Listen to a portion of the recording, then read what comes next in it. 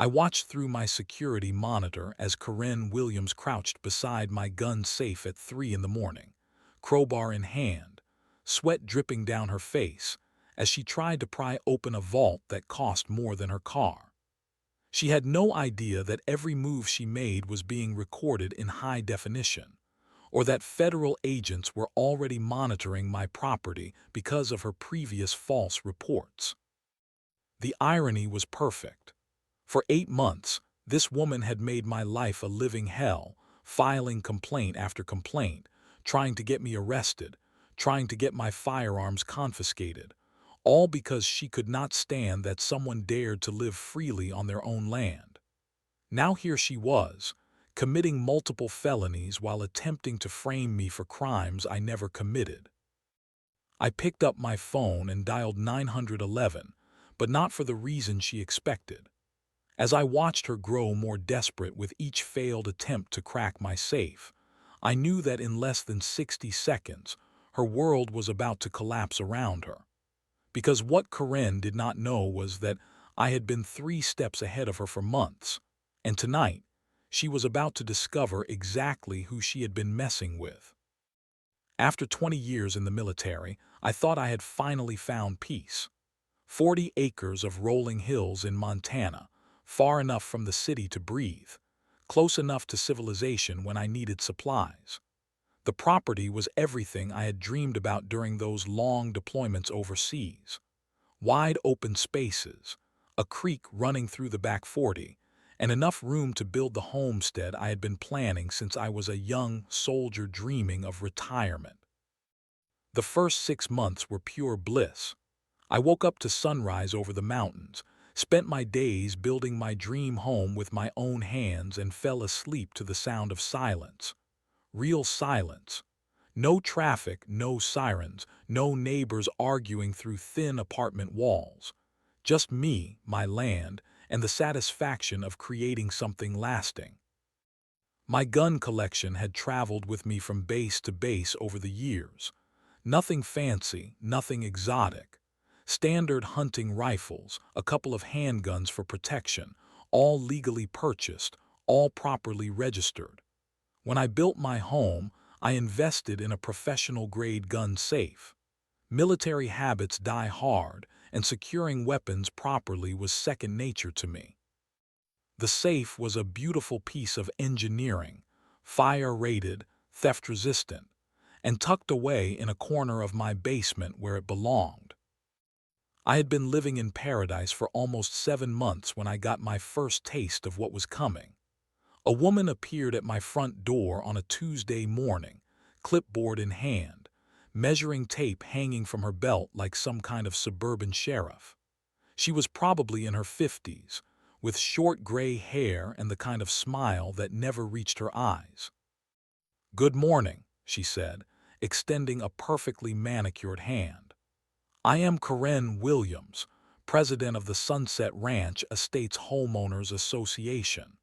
I wanted to welcome you to the neighborhood and make sure you have everything you need to stay in compliance with our community standards." I stared at her confused. HOA. Nobody mentioned an HOA when I bought this place. Karen's smile grew wider but somehow colder. "Oh, it is right there in your deed paperwork, I am sure. Sometimes people miss these things. Here is your welcome packet." She handed me a thick folder that must have weighed 2 pounds. "Everything you need to know about our community guidelines is in there. Property maintenance standards, approved paint colors, landscaping requirements, that sort of thing." I flipped through the packet, my heart sinking with each page. Rules about grass height, fence materials, mailbox designs, vehicle parking, outdoor storage. Page after page of restrictions on what I could and could not do with my own land. "This seems pretty extensive for a rural area," I said, trying to keep my voice neutral. "Oh, we take great pride in maintaining property values here," Karen replied, her eyes scanning my property like a general surveying a battlefield. "I notice your front fence is not quite the approved shade of brown, And that woodpile by your barn might need to be relocated according to Section 12 of the Aesthetic Guidelines. I had built that fence myself, using materials that matched the rustic character of the land. The woodpile was neatly stacked and perfectly functional. But standing there with Karen's checklist in my hands, I realized that my peaceful retirement was about to become much more complicated. "I will take a look at these guidelines," I said, hopping to end the conversation. "Wonderful," Karen said, pulling out her measuring tape. "I will just do a quick property assessment while I am here. Standard procedure for all new residents."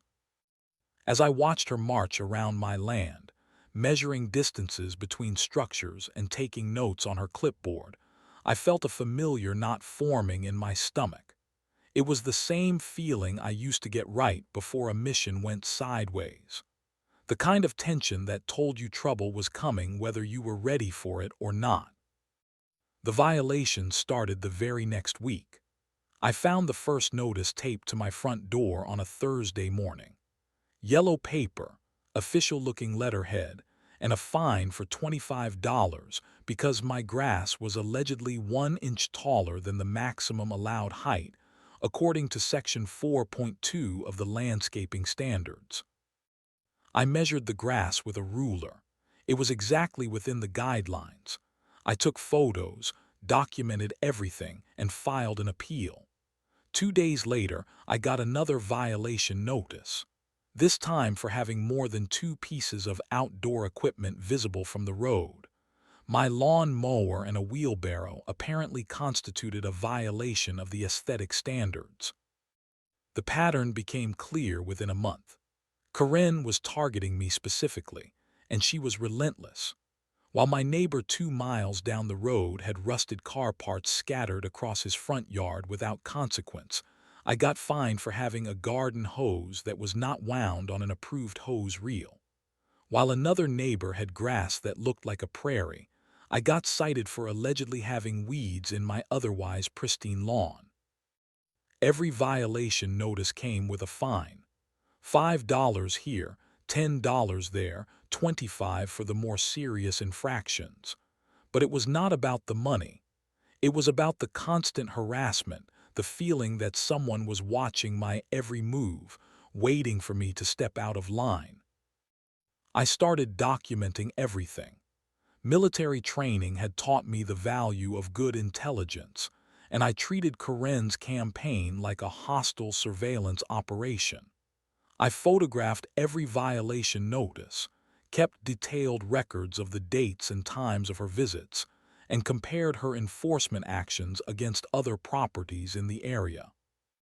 The evidence was overwhelming. Karen was selectively enforcing rules against me while ignoring identical violations on other properties. When I presented this evidence to the HOA board, I discovered that Karen essentially was the HOA board. She had appointed her 2 closest friends as secretary and treasurer, and they rubber-stamped whatever she decided. The harassment escalated in month 3.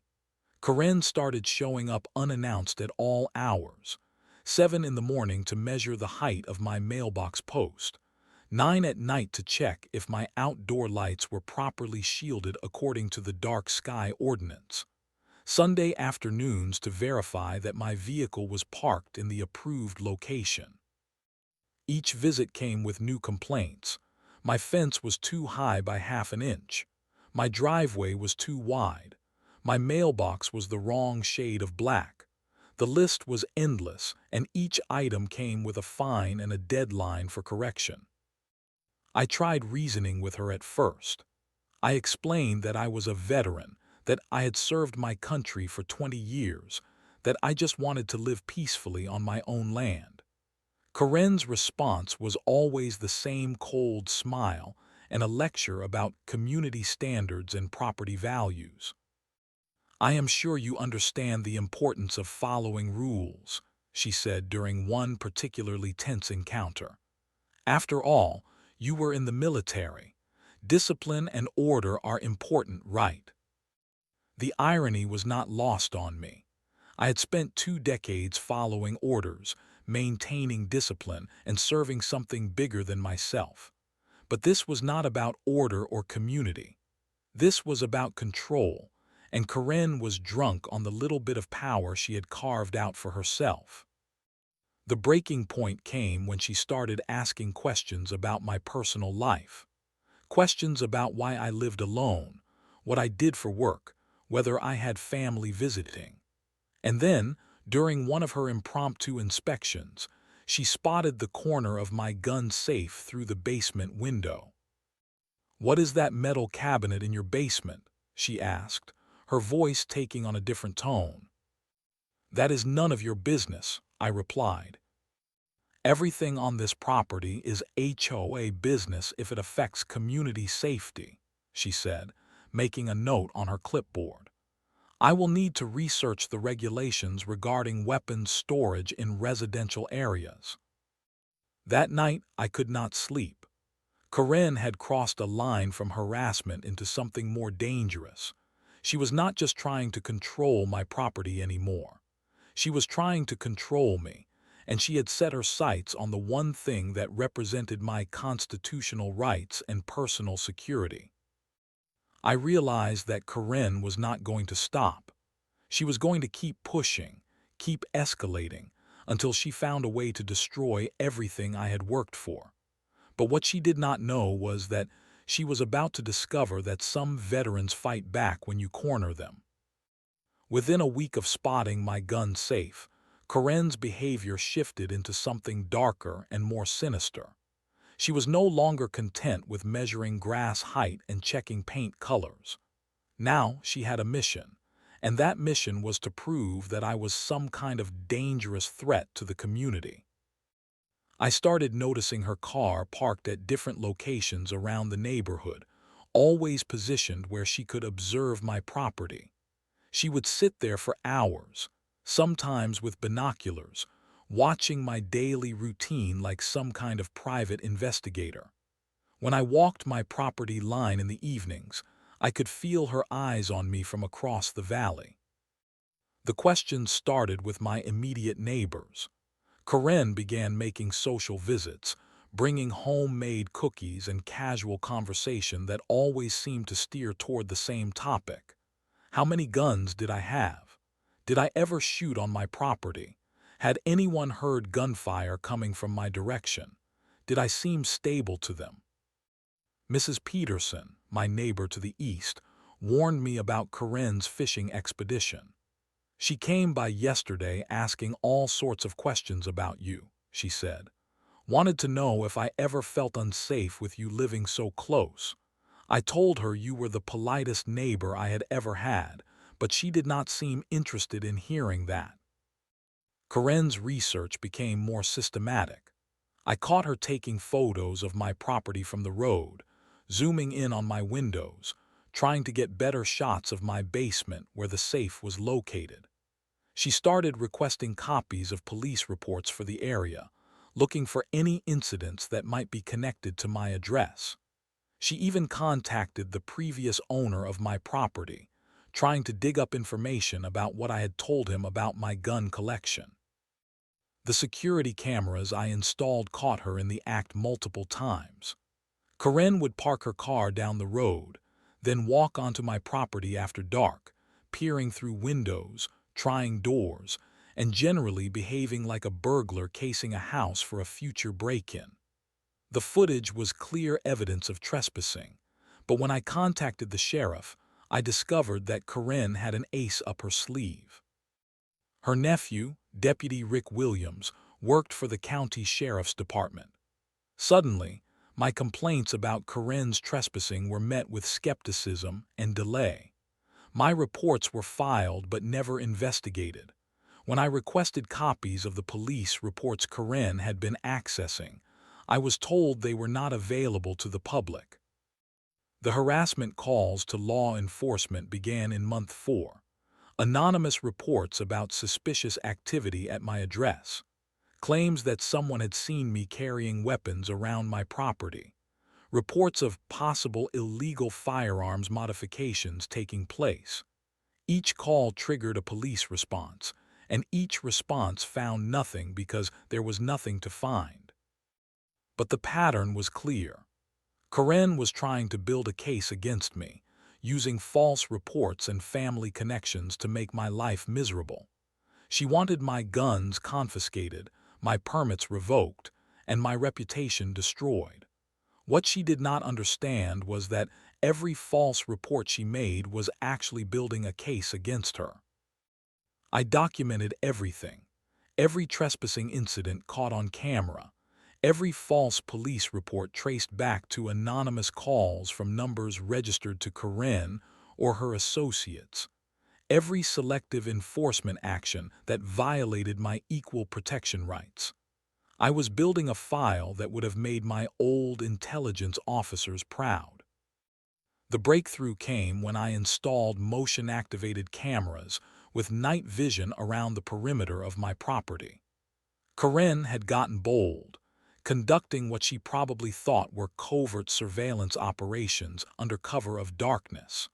But military-grade security equipment does not care if you think you are being sneaky. The footage was damning. Karen systematically photographing my home from multiple angles. Karen trying to peer through basement windows to get a better look at my gun safe. Karen attempting to manipulate outdoor security lights to create better visibility. Karen even trying to access my Wi-Fi network from her car parked on my property. But the most revealing footage came from her final nighttime visit. I watched her circle my house multiple times, testing doors and windows, clearly looking for a way inside. She spent almost an hour focused on the basement access, taking measurements and photos with her phone's flashlight. That was when I realized Karen was not just obsessed with my gun safe. She was planning to break into it. She had convinced herself that I was some kind of criminal, and she was going to prove it by conducting her own illegal search of my property. The woman who had appointed herself guardian of community standards was about to become a felon. The false police reports escalated to a whole new level in month 6. Karen filed a formal complaint claiming I had threatened her with a weapon during one of her property inspections. According to her statement, I had pointed a rifle at her from my front porch and told her to get off my land or face the consequences.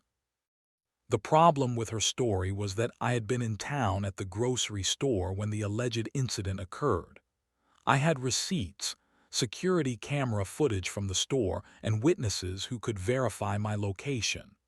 But the damage was already done. The sheriff's department had to investigate the complaint, which meant more questions, more scrutiny, and more harassment disguised as official police business. I was not sleeping anymore. Every car that drove past my property made me tense. Every knock on the door could be another false allegation, another investigation, another attempt to turn my peaceful retirement into a nightmare. The stress was eating away at me, and Karen knew it. She could see that her campaign was working. The legal consultation was my attempt to fight back through official channels. I hired Sarah Mitchell, a local attorney who specialized in harassment and property rights cases. Sarah reviewed my documentation and was amazed at the evidence I had collected. "This is one of the most clear-cut cases of harassment I have ever seen," she told me. "You have everything documented. The selective enforcement, the trespassing, the false police reports. We can file for a restraining order and pursue civil damages." But Sarah also warned me about the challenges ahead. Karen had connections in law enforcement through her nephew. She had friends on the city council and the county planning commission. Taking her on would be expensive, time-consuming, and uncertain. People like Karen are used to getting their way through intimidation, Sarah explained. When you fight back legally, they often escalate their behavior before they back down. Are you prepared for things to get worse before they get better? I was prepared for anything, but I was not prepared for Karen's next move. She began organizing the neighborhood against me, going door to door with a petition to have me removed from the community as a dangerous resident. Her petition claimed I was stockpiling weapons, threatening neighbors, and creating a public safety hazard. Most of my neighbors refused to sign, but Karen managed to collect a dozen signatures from people who did not even live in our area. She submitted the petition to the county planning office, requesting an emergency review of my property's zoning status and my right to live there. That was when I decided to go on the offensive. I hired a private investigator to research Karen's background and her previous campaigns against other residents. What we discovered was a pattern of behavior going back almost 10 years. Karen had driven 3 previous residents out of the neighborhood using similar tactics: a young couple who had bought a fixer-upper home, an elderly man who kept chickens on his property, a single mother who worked night shifts and did not maintain her yard to Karen's standards. In each case, Karen had used the HOA as a weapon to harass them until they sold their properties and moved away. But I was not going anywhere. This was my land, my home, my retirement dream, and I was not going to let some power-hungry busybody destroy everything I had worked for. The final ultimatum came on a Tuesday evening in late October. Karen showed up at my door with an official-looking document and her coldest smile yet. "This is your final notice," she said, handing me the paper. "You have 30 days to remove that weapons cache from your basement and submit to a property inspection to ensure compliance with community safety standards. If you refuse, the HOA will pursue all legal remedies available, including seizure of your property for violation of community covenants." I read the document carefully. It was full of legal-sounding language, but it was essentially an ultimatum: submit to Karen's control or face the consequences. "And if I refuse?" I asked. Karen's smile turned predatory. "Then you will discover that there are serious consequences for people who refuse to follow the rules in this community." As she walked back to her car, I realized that Karen had just declared war.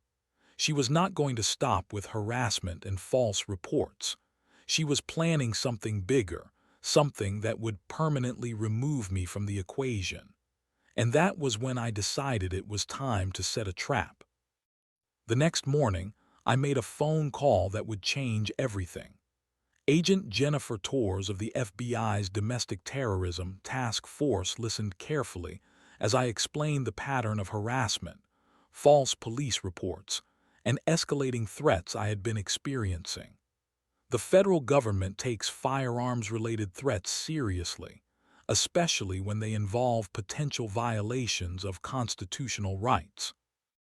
"Mr. Johnson," Agent Torres said, "what you are describing sounds like a systematic campaign to violate your Second Amendment rights through harassment and false reporting. We would like to open a preliminary investigation and establish monitoring protocols for your property." The federal involvement was not something I took lightly, but Karen had forced my hand. Her threats about seizing my property and her obsession with my legally owned firearms had crossed the line from local harassment into federal civil rights violations.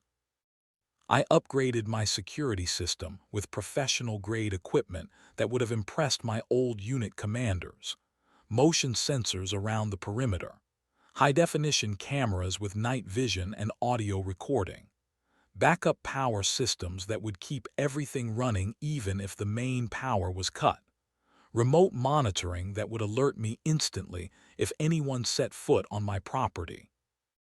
The legal research I conducted was exhaustive. I needed to understand exactly what Karen could and could not do legally, and more importantly, what would happen if she crossed the line into criminal behavior: breaking and entering, attempted theft, filing false police reports, Each potential crime carried serious penalties, especially when they involved firearms and federal oversight. Karen's reconnaissance missions became more frequent and more brazen as November progressed. She was clearly planning something, conducting what she probably thought were covert surveillance operations to gather intelligence about my daily routines and security measures. The breakthrough came when I realized Karen was tracking my schedule. She knew when I went to town for supplies. She knew when I had medical appointments. She knew when I visited friends or family. Karen was building a timeline of when my property would be unattended, and she was getting ready to make her move. My upcoming trip to visit my sister in Denver was the perfect opportunity for Karen to execute whatever plan she had been developing.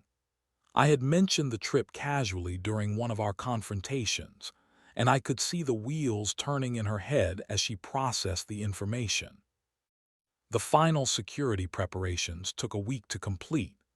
I installed additional cameras focused specifically on the basement area where my gun safe was located. I set up motion-activated lighting that would turn the entire area into a stage if anyone approached. I configured the system to begin recording automatically and alert both me and federal monitoring authorities if anyone breached the property. The backup power system was crucial. If Karen was planning to break in, she might try to cut the power first, but my system would seamlessly switch to battery backup, keeping all security measures operational for up to 72 hours. Karen's final visit before my trip was a masterpiece of deception disguised as neighborly concern. She showed up with a homemade pie and a concerned expression, asking about my travel plans and whether I had arranged for someone to check on the property while I was away. "You know, break-ins are common when houses are empty," she said, her eyes scanning my home like she was memorizing the layout. "Maybe the HOA should arrange for extra security patrols while you are gone." I thanked her for the pie and assured her that I had taken appropriate security precautions. What I did not tell her was that every word of our conversation was being recorded, and that her offer to arrange security patrols was about to become evidence in a federal investigation. As I watched her drive away, I knew that Karen had just sealed her own fate.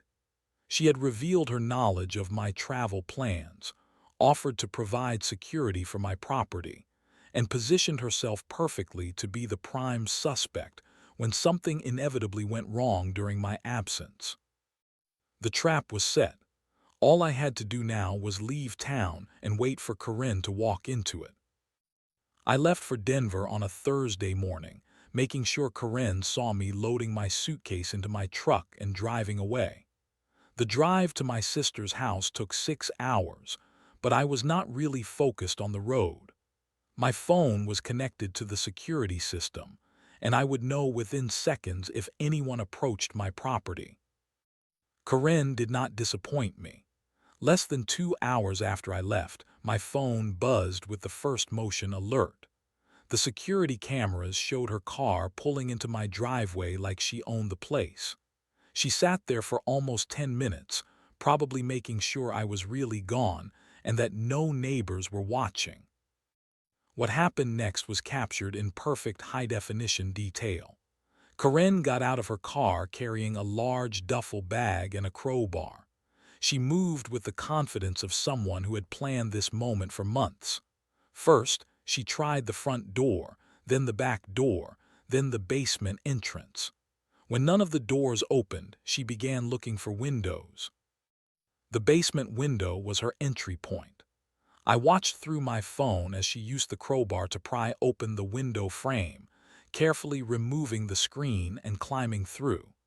She moved through my basement like she had memorized the layout, heading straight for the corner where my gun safe was located. The safe itself was a thing of beauty. Military-grade steel construction, electronic locks, fire protection, and anti-theft features that would challenge a professional safecracker. But Karen was not a professional. She was a desperate woman who had convinced herself that she was some kind of hero protecting the community from a dangerous criminal. I watched her examine the safe for almost 20 minutes, trying to understand how it worked and how she might defeat its security features. She tried the obvious combinations first. My birth date, my address, simple number sequences. When the electronic keypad did not cooperate, she turned to her crowbar. The safe was designed to resist exactly this kind of attack. Every blow from the crowbar was absorbed by the reinforced steel construction. Every attempt to pry open the door was defeated by locking mechanisms that were stronger than anything Karen could bring to bear. But she kept trying, getting more frustrated and more desperate with each failed attempt. The audio pickup was crystal clear. I could hear her muttering to herself as she worked, cursing my name and talking about what she expected to find inside the safe. Illegal weapons, drug money, evidence of criminal activity. Karen had built an elaborate fantasy about who I was and what I represented, and she was determined to prove herself right. After 45 minutes of failed attempts to crack the safe, Karen's frustration boiled over into panic. She realized that her plan was not working, that she was trapped in my basement with no way to accomplish her mission, and that she had just committed multiple felonies for nothing. That was when she made the call that sealed her fate. I listened through the security system as Karen dialed 911, her voice shaking with manufactured fear and desperation. 911, what is your emergency? Someone is shooting at me, Karen screamed into the phone. I am trapped in a house and someone is firing a gun. I need help right now. Ma'am, can you tell me your location? I am at 1247 Ranch Road. There is a man with a gun and he is trying to kill me. The irony was perfect. Karen was calling 911 from inside my house, claiming I was shooting at her while I was 300 miles away in Denver.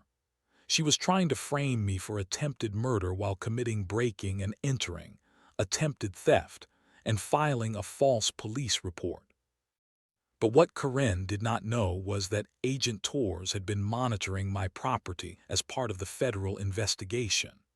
The moment Karen broke into my house, federal authorities were automatically notified. When she called 911 claiming I was shooting at her, she was unknowingly reporting her own crime to people who already knew she was lying.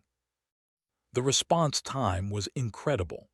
Within 45 seconds of Karen's 911 call, my security cameras showed federal agents surrounding my house. They had been positioned nearby, waiting for exactly this kind of escalation. Federal agents, come out with your hands visible. I watched through my phone as Karen realized her world was collapsing. She was trapped in my basement, surrounded by federal agents, caught red-handed attempting to break into my gun safe, and guilty of filing a false police report that claimed I was committing crimes while I was provably hundreds of miles away. The woman who had spent 8 months trying to destroy my life had just destroyed her own in less than an hour. I cut my Denver trip short and drove through the night to get home. By the time I arrived Friday afternoon, my property looked like a crime scene from a television show. Yellow tape, evidence markers, federal agents photographing everything, and Karen Williams sitting in the back of an FBI vehicle in handcuffs. Agent Torres met me at my front gate with a detailed briefing about what had transpired. The evidence was overwhelming and undeniable. Karen had been caught on multiple security cameras breaking into my home, attempting to break into my gun safe, and filing a false 911 report claiming I was shooting at her while I was provably in another state. This is one of the most clear-cut cases I have seen in my career, Agent Torres told me. She committed multiple federal crimes while we were actively monitoring the situation. The attempted break-in of a firearm storage device makes this a federal case, and the false 911 report alleging gun violence adds additional charges. The evidence collection took most of the weekend. Federal agents cataloged every tool Karen had brought to break into my safe. They documented the damage to my basement window and the scratches she had made on the safe's exterior. They collected audio recordings of her false 911 call and video evidence of her entire criminal operation. But the most damaging evidence came from Karen's own phone. Text messages to friends claiming she was going to expose me as a criminal. Internet searches about how to crack gun safes. Photos she had taken of my property during her surveillance operations. Karen had documented her own premeditation and criminal intent in remarkable detail. The federal charges were serious and numerous: breaking and entering a residence, attempted theft of firearms, filing false police reports, violation of federal firearms laws. Each charge carried significant penalties, and together they represented potential prison time that would effectively end Karen's reign of terror in our community. But Karen's legal troubles were just beginning. The federal investigation uncovered the pattern of harassment and false reporting that had been targeting me for months. Every false police report Karen had filed was now evidence of a systematic campaign to violate my civil rights. Her nephew deputy, Rick Williams, was suspended pending investigation of his role in facilitating Karen's harassment campaign. The other victims began coming forward once news of Karen's arrest spread through the community. The young couple she had driven away 3 years earlier, the elderly man with the chickens, the single mother who had been forced to sell her home. Each had their own story of systematic harassment, selective enforcement, and abuse of HOA power. My civil lawsuit was filed within a week of Karen's arrest. Sarah Mitchell put together a comprehensive case seeking damages for harassment, defamation, emotional distress, violation of civil rights, and the costs of defending against Karen's campaign. The evidence was so overwhelming that Karen's attorney recommended settlement negotiations before the case went to trial. The criminal proceedings moved quickly through the federal system. Karen initially attempted to plead not guilty, claiming she had been conducting a citizen's investigation of suspected criminal activity. But the video evidence of her breaking into my home and the audio recording of her false 911 call made that defense impossible to maintain. Karen's plea agreement included guilty pleas to all federal charges, 2 years in federal prison, 5 years of probation, and restitution for all damages to my property. The conviction also triggered the automatic dissolution of her authority within the HOA and the removal of all the selective enforcement actions she had taken against community residents. The civil settlement was equally satisfying.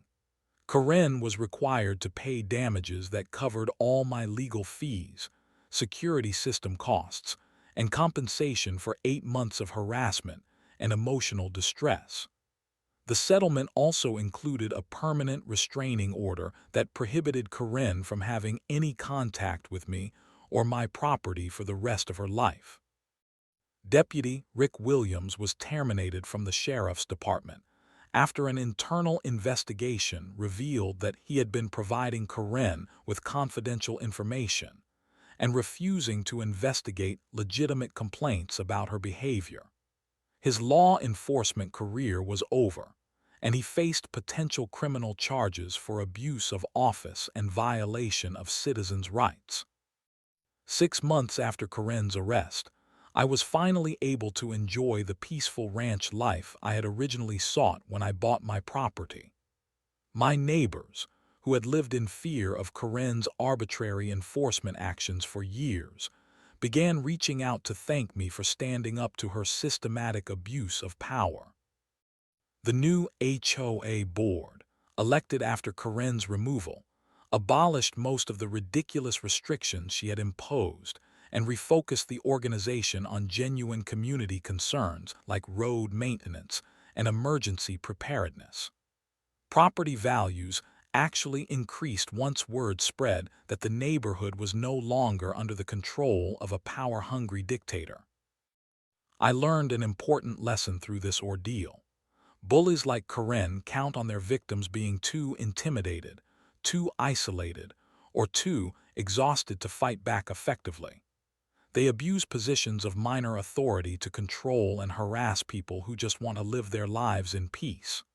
But when you document everything, build a strong legal case, and refuse to be intimidated, these bullies often destroy themselves through their own escalating criminal behavior.